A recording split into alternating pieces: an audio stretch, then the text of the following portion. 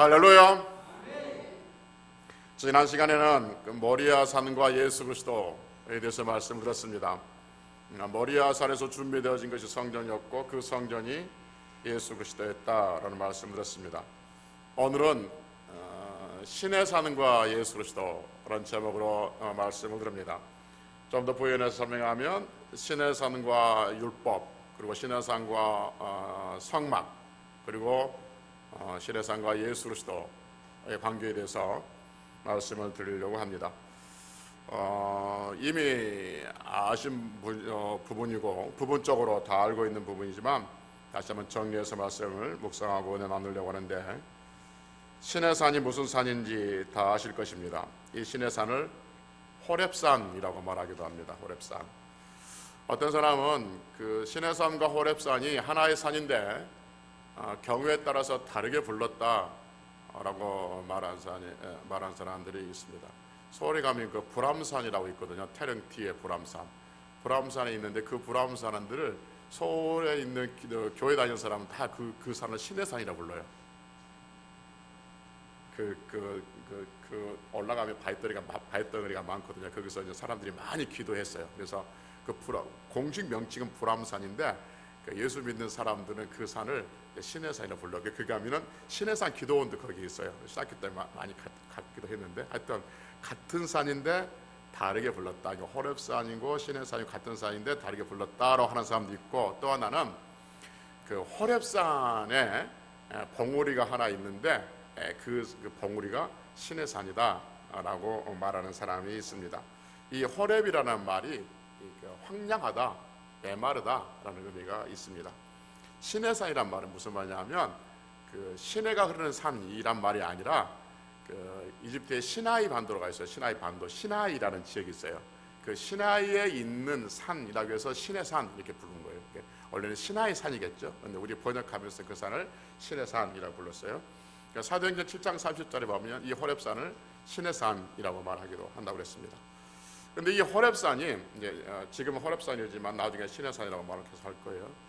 이 호렙산이 성경에서 제일 먼저 어디서 등장하냐면 출애굽기 3장에서 이 호렙산이 제일 먼저 등장합니다. 출애굽기 3장은 하나님께서 모세를 부르시는 말씀이 기록되어 있죠. 배경은 이렇습니다. 그러니까 모세가 히브리 자손인데, 히브리인의 자손이지만 애굽의 바로의 궁에서 모세가 40년 동안 지내죠. 그래서 40년 동안 바로의 궁에서 지내면서 차기 애굽 왕자의 수업을 받고 살아갑니다. 그러니까 모세가 히브리인, 애굽인이 아니고 모세가 히브리인이지만 어떻게 애굽의 왕자의 수업을 받고 살았는지는 우리는 성경을 통해서 이미 알고 있습니다. 그러는 어느 날, 모세가 40세 되던 어느 날, 히브리인이면서도 애굽의 왕자로서 그렇게 살아가고 있는 그 모세가 애굽 사람을 죽이는 일이 발생합니다. 여러분, 그 모세가 히브리 사람을 죽였으면 문제가 될까요, 안 될까요?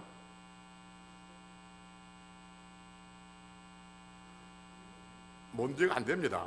그렇죠? 히브리 사람들은 애굽 사람은 너희가 종이거든요. 그러니까 종 하나 죽이는 것은 문제가 아무것도 안 돼요. 그런데 모세가 누구를 죽이냐면 애굽 사람을 죽여요. 이제 이게 문제가 된 거예요. 그러니까 모세가 히브리 사람을 죽였다, 감독하다, 감독하다, 때려 죽였다, 문제 안 된 거예요. 그거 먹고 죽는 거다지만 문제 뭐냐면 모세가 애굽 사람을 죽인 거예요. 이게 문제가 된 거죠. 그래서 이제 모세는 미디안으로 도망을 가죠. 그 미디안이 지난주에 선교사님 말씀하셨던 사우디아라비아이죠.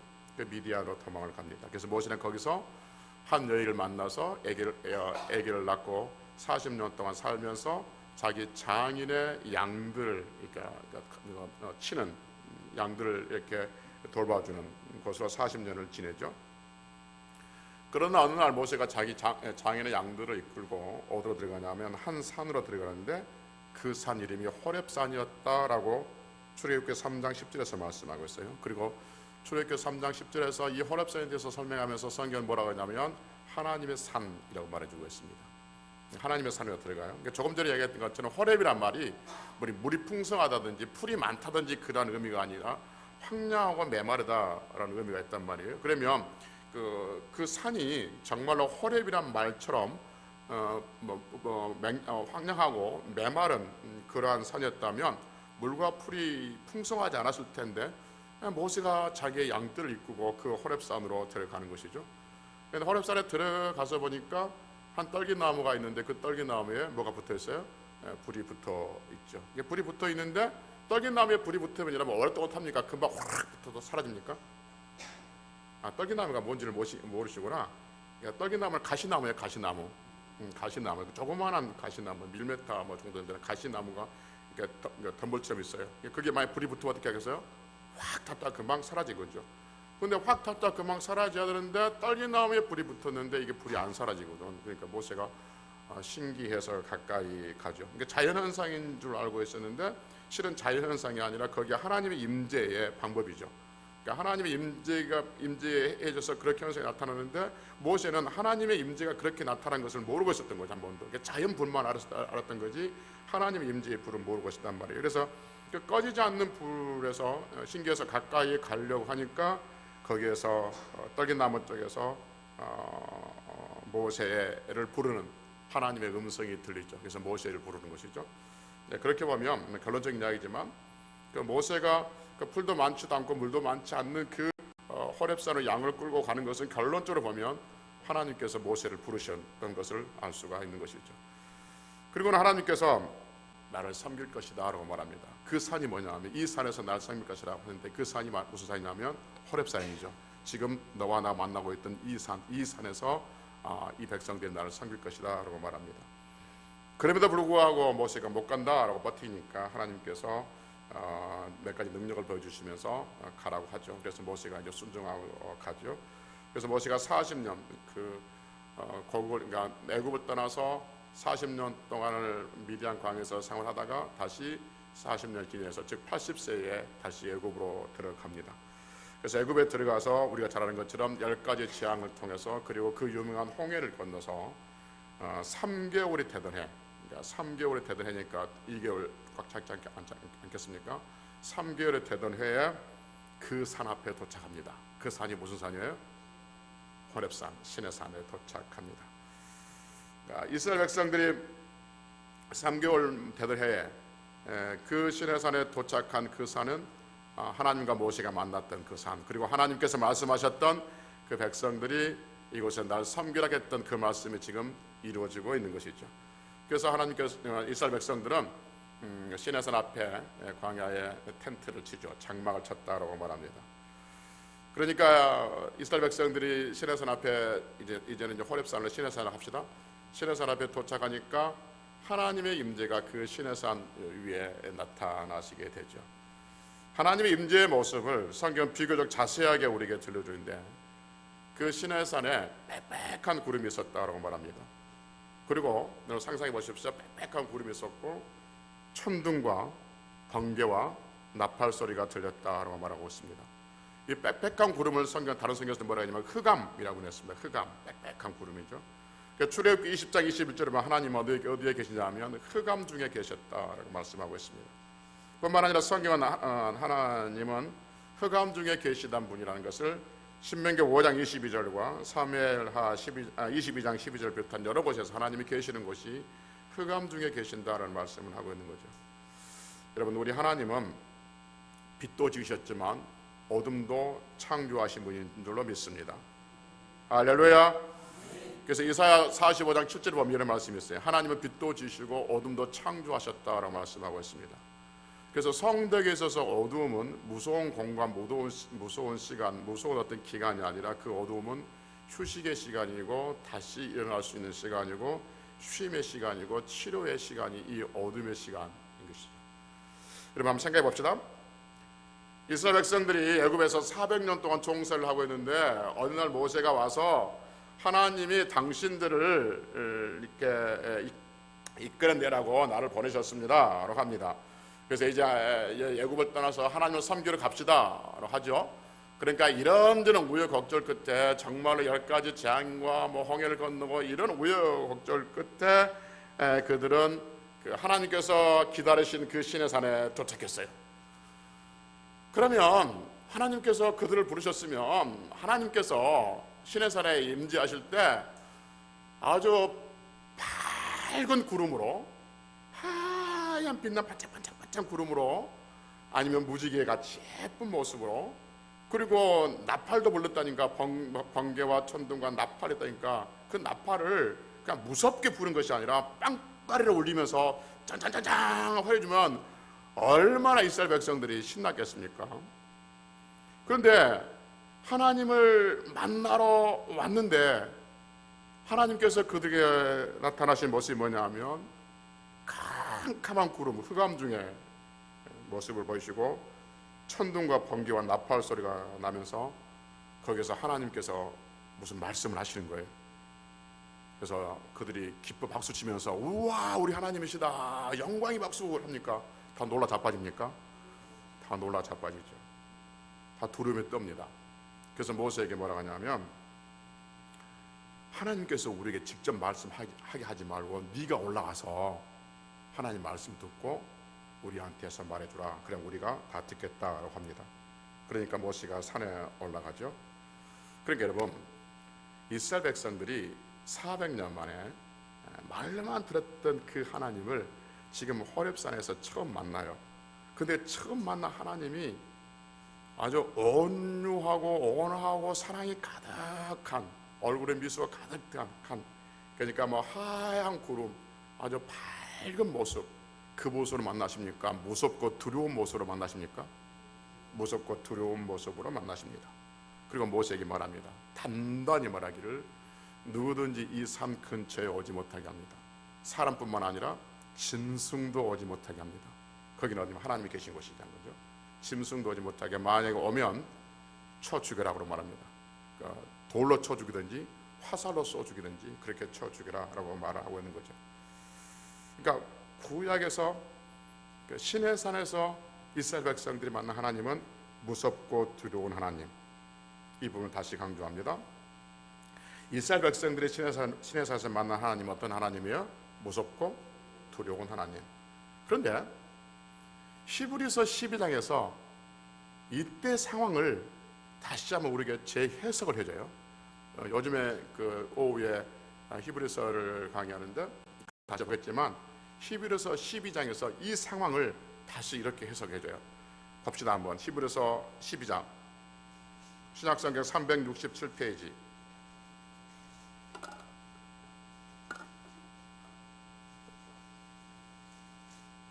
히브리서 12장 18절부터 21절까지 보겠습니다. 히브리서 12장 18절부터 21절까지 보면 이 상황이 지금 어떤 상황이냐면 이스라엘 백성들이 시내산에서 하나님을 만났을 때 그 상황을 이렇게 설명해줘요. 18절부터 21절까지 제가 읽어볼 테니까 여러분들 눈으로 한번 따라 보십시오. 너희는 만질 수 있고 불이 붙는 산과 침침함과 흑암과 폭풍과 나팔 소리와 말하는 소리가 있는 곳에 이른 것이 아니라, 지금 거기가 어디예요? 지금 시내산인 것이 아니라 그 소리를 듣는 자들은 더 말씀하지 아니하시기를 구하였으니 이는 짐승이라도 그 산에 들어가면 돌로 침을 당하리라 하신 명령을 그들이 견디지 못함이라. 그 보이는 바가 이렇게 무섭기로 무엇이도 내가 심히 두렵고 떨린다 하였느니라고 합니다. 그러니까 여러분 이스라엘 백성들이 시내산에서 만나서 하나님 만났을 때 그들이 두렵고 무서웠다고 해요. 그럼 모세는 어떻게 했어요? 하나님 반가웠어요? 무섭고 두려웠다고 그래요? 무섭고 모셔도 무섭고 두려웠다는 거죠. 그런 설명을 해줘요. 그러니까 지금은 이스라엘 백성들이 시내산에서 만난 하나님은 무섭고 두려운 하나님이에요. 그런데 12장 22절에서 이렇게 말해요. 12장 22절. 그러나 너희가 이룬 곳은 시온산과 살아계신 하나님의 도성, 이렇게 쭉 나옵니다. 22절 봅시다. 그러나 말이 무슨 말이에요? 앞에 있는 말이죠. 무섭고 두려운 하나님 앞이었으나, 그러죠? 그러니까 무섭고 두려운 하나님 앞이었으나 너희가, 이스라엘 백성들이죠, 너희가 이룬 곳이 어디예요? 너희가 도착한 곳은 어디라고요? 시온산과 살아계신 하나님의 도성이었다고 말합니다. 그러니까 그들이 도착한 것은 시내산이었어요. 그 시내산은 무섭고 두려운 것이었어요. 근데 다시 해석해 줄 뭐냐면 너희가 도착한 곳은 어딘가냐면 시온산이 뭐예요? 그러니까 그 지명으로 보면 예루살렘이지만 영적으로 보면 하나님이 계신 곳이에요. 그러니까 하나님이 그러니까 신의 산은 하나님이 계신 곳. 그러니까 시온산도 마찬가지 하나님이 계신 곳. 그리고 하나님의 도성인 하늘의 예루살렘과 천만 천사. 그러니까 너희들이 도착하는 것은 곧 하나님의 도성 예루살렘과 천만 천사가 있었던 곳이다라고 말합니다. 그러니까 그들이 시내산에 도착했을 때 하나님이 계신 거예요. 그 시내산에 도착했을 때 그들은 무섭고 두려운 하나님을 만난 거예요. 그런데 지금 이제 보니까 그들이 하나님을 지금 이스라엘 백성들이 다시 히브리서에서 해석해 준 게 뭐냐면 실제는 무섭고 두려운 하나님이 아니라 시온 산과 예루살렘의 도성, 하나님의 도성, 하나님이 계신 거룩한 곳이었다라고 말씀하고 있습니다. 여기를 보십시오. 좀 복잡하게 느껴진 것 같지만 이런 말씀입니다. 이스라엘 백성들이 하나님을 섬기기로 하고 시내산에 갔는데 그 시내산에서만 하나님은 무섭고 두려운 하나님이었던, 그래서 하나님께 가까이 갔어요? 가까이 가지 못했어요? 가까이 가지 못했다는 겁니다. 그런데 지금 우리는 하나님을 가까이 가서 만나고 있다, 만나지 못하고 있다? 만나고 있다는 거죠. 이 부분이에요. 왜 시내산에서는 이스라엘 백성들이 하나님을 만나러 왔는데 가까이 가지 못했는데 지금은 성도들이 하나님께 가까이 와서 하나님의 이름을 부르고 하나님 품 안에서 예배를 드리고 있느냐는 거죠. 왜 이런 변화가 일어났느냐는 거죠. 하나님의 성품이 변해서 그럴까요?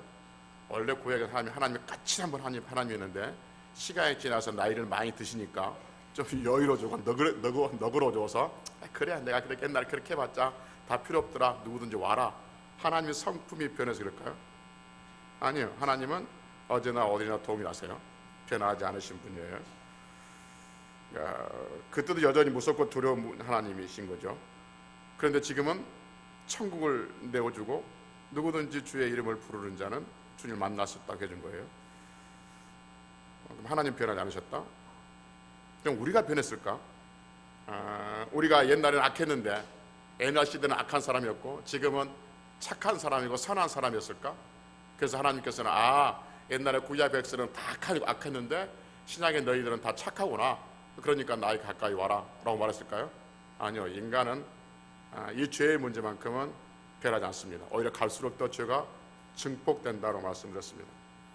그럼 왜 이런 문제가 생겼느냐? 왜 이런 변화가 있었느냐? 옛날에 그렇게 하나님께 가까이 오지 못하게 하고 오면 죽였다라고 했는데 지금은 누구든지 내게 가까이 오라라고 말씀하셨을까? 무슨 변화가 있었을까? 중간에 하나님도 변하지 않으셨고 우리도 변하지 않았다면 무엇 때문일까? 무엇 때문이냐면 죄의 문제 때문이었습니다. 죄가 해결됐기 때문에 그래요. 죄가 있을 때는 그 하나님께 누구든지 가까이 갈 수가 없었습니다. 그래서 두렵고 무서운 하나님이었습니다. 그런데 죄가 해결되면 누구든지 하나님께 가까이 올 수 있습니다. 그래서 그 죄의 문제가 해결됐습니다. 누구로부터 해결됐냐면 예수님으로부터 죄의 문제가 해결된 거죠. 그래서 우리는 예수님의 이름으로 누구든지 하나님께 가까이 갈 수 있다 하는 것이죠. 그래서 성경은 히브리서 10장 19절 20절에서 계속해서 말씀하신 것처럼 그러면 형제들아 우리가 예수의 피를 힘입어 성소에 들어갈 담력을 얻었나니 그 길은 우리를 위하여 휘장 가운데 열어놓으신 새로운 산 길이요 곧 그의 육체라 라고 말합니다. 예수님께서 예수의 피를 힘입어서 우리가 성소에 들어갈 담력을 얻었어요. 성소가 어디예요? 성소가 하나님이 계신 곳. 시내산이 어디예요? 하나님이 계신 곳. 성소가 어디예요? 하나님이 계신 곳. 그 하나님이 계신 곳, 즉 시내산에 들어갈 담력을 얻었어요. 무엇으로? 예수의 피로. 그 죄의 예수의 피가, 그러면 왜 예수 피가 그렇게 중요한 거예요? 예수의 피로 우리의 죄가 용서됐기 때문에 그렇다 그런 것이죠. 그래서 예수께서 피 흘려 죽으신 이유는 하나님이 거기에 계셔요. 분명히 시내산에 하나님이 계세요. 하나님이 계시는데 하나님께 가까이 갈 수 없어요. 그래서 하나님이 계시는 그곳에 가까이 하게 하시기 위해서 예수님께서 죄의 문제를 해결해 주셨고, 그래서 우리는 예수님께 가까이 갈 수 있는 성소에 들어갈 담력을 얻었다라고 말씀하고 있는 거죠. 여러분, 요한복음 4장 1절에 보면 이렇게 말씀합니다. 하나님은 사랑이시라. 따라서 합니다. 하나님은 사랑이시라. 여러분, 하나님은 누구시라고요? 무엇이라고요? 하나님은 사랑이세요. 근데 그 하나님의 사랑이시라, 그 하나님의 사랑이 구약 시대에 또 하나님의 사랑이 있었습니까? 무섭고 두려우신 하나님, 그 하나님이 구약 시대에 또 하나님의 사랑이 있었습니까? 아니 왜 질문에 대답을 안 하십니까? 구약 시대도 하나님을 사랑했었어요?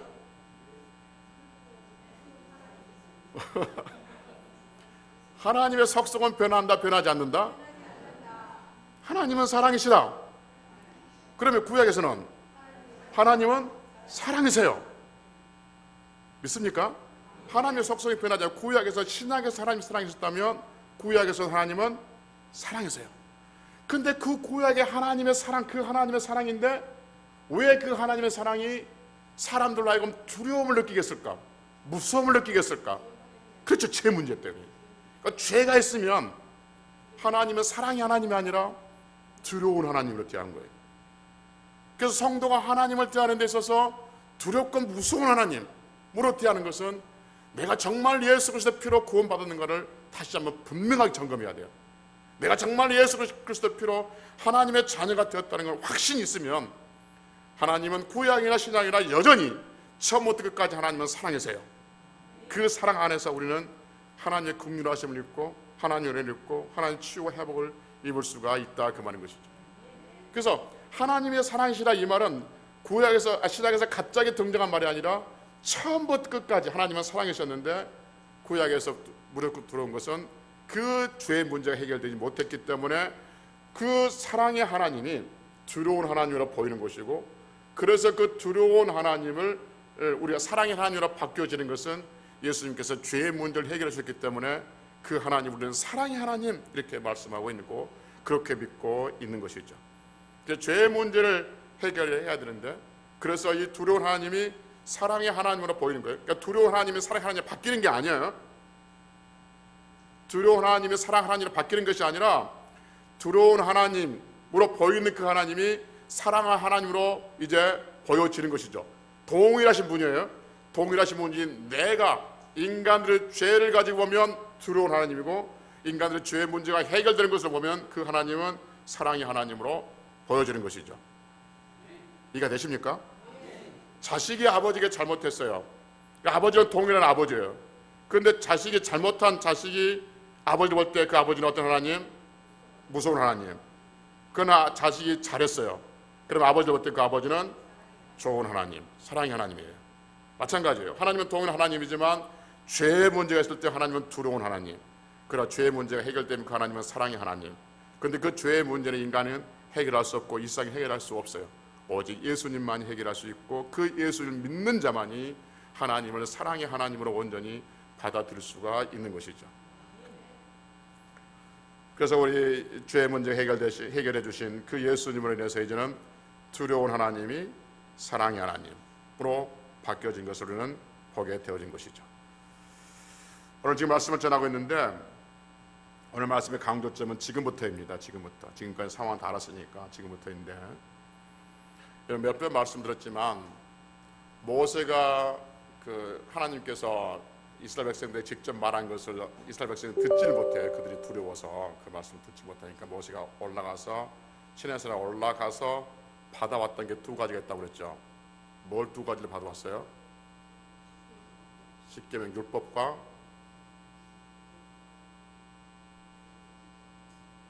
기억하셔야 되는데, 율법과 성막 꼭 기억하셔야 돼요. 모세가 시내산에 올라가서 하나님께 주셨던 것을 받아온 것이 있었어요. 그게 뭐였다고요? 율법과 성막이었어요. 그러니까 왜 이게 중요하냐면, 율법을 통해서 하나님의 말씀을 듣게 되어지고, 성막을 통해서 하나님의 몸을 만날 수 있기 때문에 그렇습니다. 그러니까 율법과 성막은 하나님을 만나는 필수 조건이 되는 것이죠. 여러분, 율법만 있으면 하나님을 만날 수 있어요, 없어요? 하나님 만날 수 없어요. 성막이 뭐냐면 하나님을 만나는 장소이기 때문에 그래요. 그러니까 율법은 뭐예요? 하나님을 만날 수 있는 방법, 그렇죠? 어떻게 하면 하나님을 만날 수 있다, 그 방법이에요. 그런데 하나님 만날 수 있는 장소가 없어. 성막이 없다면. 그렇죠? 반대로 성막은 있어. 근데 율법이 없다면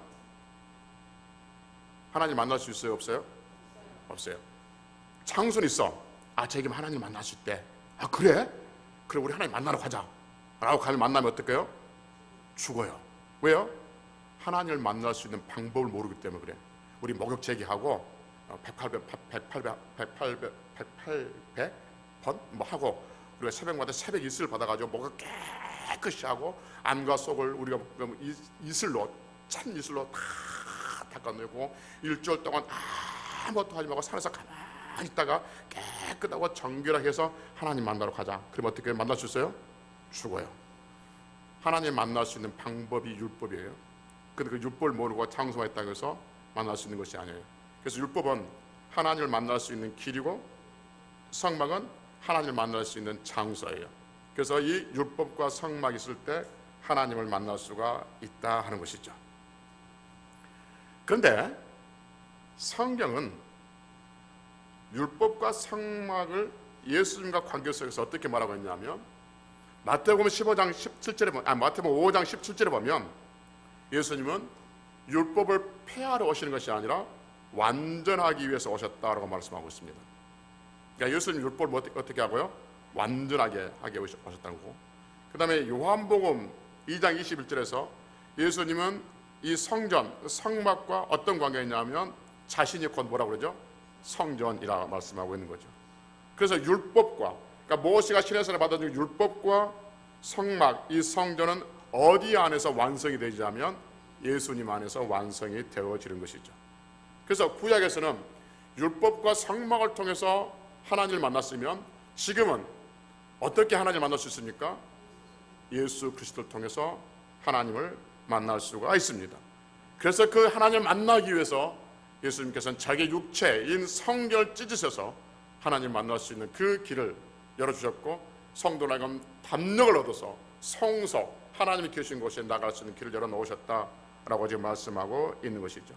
그래서 성경에서 이스라엘 백성들이 호렙산, 시내산에 도착해서 그 무서운 하나님을 만났는데, 무서운 하나님을 봤는데, 그 무서운 하나님을 만날 수 있는 길을 제시해 준 것이 뭐냐면 율법과 성막이었죠. 그 성막을 가지고 그 무서운 하나님을 만날 수 있는 길들을 열어주셨던 거죠. 그런데 이제 신앙에 와서는 율법과 성막, 이 두 개를 예수님께서 완전케 하시고, 또 성막 스스로 성전이 되셔서 하나님을 만날 수 있는 그 길을 열어놓으셨다라고 말씀하고 있는 것이죠. 그래서 지금은 하나님을 어떻게 만날 수 있냐면 말씀이신 예수님을 통해서 하나님을 만날 수가 있어요. 여러분, 말씀이신 예수님이에요. 말씀과 예수님은 같은 분이에요? 다른 분이에요? 말씀과 예수님은 달라요? 같아요? 같아요. 같은 분이에요. 그러니까 말씀이신 예수님이에요. 말씀과 예수님을 분리해서는 안 돼요. 분리하면 이게 마치 율법과 성막을 뭔가 분리한 것과 같아요. 어떤 사람은 이런 사람 있어요. 나는 하나님 말씀이 너무 좋아. 그래서 하나님 말씀은 순종해. 어떻게 나는 순종하려고 이랬어. 근데 예수님은 못 믿겠어. 어떻게 사람이 하나님의 아들을 될 수 있지? 나는 예수님은 못 믿겠어. 하나님의 아들이 된다는 것. 또 어떤 사람은 예수님이 또 하나님이라고 이야기하대. 어떻게 사람이 신이 될 수 있어? 나는 예수님을 못 믿겠어. 근데 성경은 너무 좋아. 성경은 나는 계속 성경을 잘 믿고 잘 순종하고 있을 거야. 이런 사람 하나님을 만날 수 있어요? 없어요? 이 사람 마치 무슨 말이냐면 나는 율법이 너무 좋아. 근데 난 성막은 필요 없어 하는 것 같아요. 또 반대로 이런 사람이 있어요. 나 하나님 말씀은 못 믿겠어. 시대에 안 맞아. 하나님 말씀 시대에도 안 맞고 너무 부담스럽고 뭐 하라 그래, 부담스러워. 근데 예수님은 너무 좋아. 성경 보니까 예수님이 얼마나 좋은 일 모르겠어. 인류를 위해서 얼마나 좋은 일 했어. 착한 일 많이 했어. 병든 자도 고쳐주고 귀신도 쫓아내주고 이런저런 좋은 말도 많이 해주고 너무 좋아. 그래서 예수님은 나는 너 잘 믿어. 근데 성경 말씀을 순종하지 않을래. 성경 말씀 못 믿겠어. 이렇게 이야기하는 사람 하나님을 만날 수 있어요? 없어요? 없어요. 이것은 마치 나는 성막은 너무 좋아. 근데 율법은 필요 없어 하는 것과 같아요. 하나님을 만날 수 없어요. 그래서 하나님을 만나시는 분들은 말씀이신 예수 그리스도를 통해서만 하나님을 만날 수가 있는 것이죠. 그러니까 말씀이 아닌 방법으로 하나님을 만나는 것은 100% 우상숭배이고 여기에 100% 사탄이 틈을 털 수밖에 없어요. 인간은 그렇게 사탄은 자유롭게 내버려 두지 않아요. 언제든지 허시탐탐 하나님을 떠나게 하고 사탄의 놀이개로 삼으려고 애를 써요. 그러니까 말씀이 아닌 자기 방식, 다른 방식, 세상의 방식으로 하나님을 만나려고 할 때 사탄은 그것에 대해서 좋아하면서 사탄이 그것에 대해서 역사하는 것을 보게 되어지는 것이죠.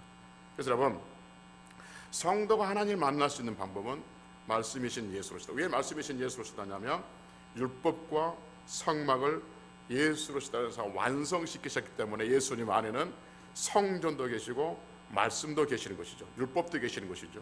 그래서 말씀이신 예수 그리스도를 통해서만 하나님께 나아갈 수가 있다는 것이죠. 그래서 예수님을 믿으면 믿을수록 우리는 어디 가냐면 말씀 속으로 들어가야 되는 거죠. 그래야만 우리는 제대로 예수님을 믿을 수가 있는 것이죠.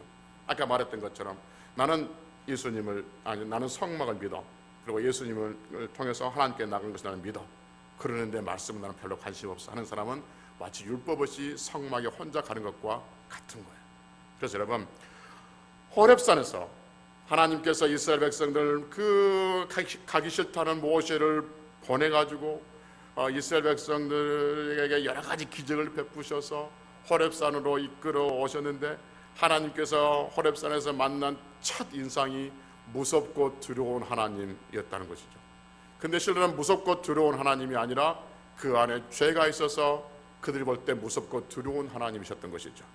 그런데 예수님께서 그 죄의 문제를 해결해 주심으로 말미암아서 이제는 무섭고 두려운 하나님이 아니라 사랑의 하나님, 시온산에 계신 하나님, 하나님의 도성 안에 있는 하나님, 천군 천사와 같이 있는 하나님, 그 하나님뿐만에 우리가 살아갈 수가 있는 것이죠. 그래서 호렙산은 하나님을 만날 수 있는 길을 알려주셨고 그 호렙산을 부르신 하나님께서 우리를 예수 그리스도를 부르셨고 하나님 만나는 길을 열어주셨다 하는 것이죠.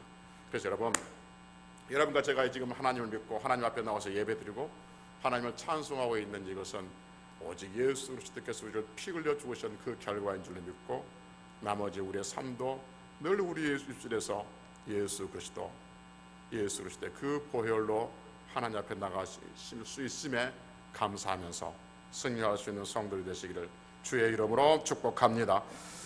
할렐루야.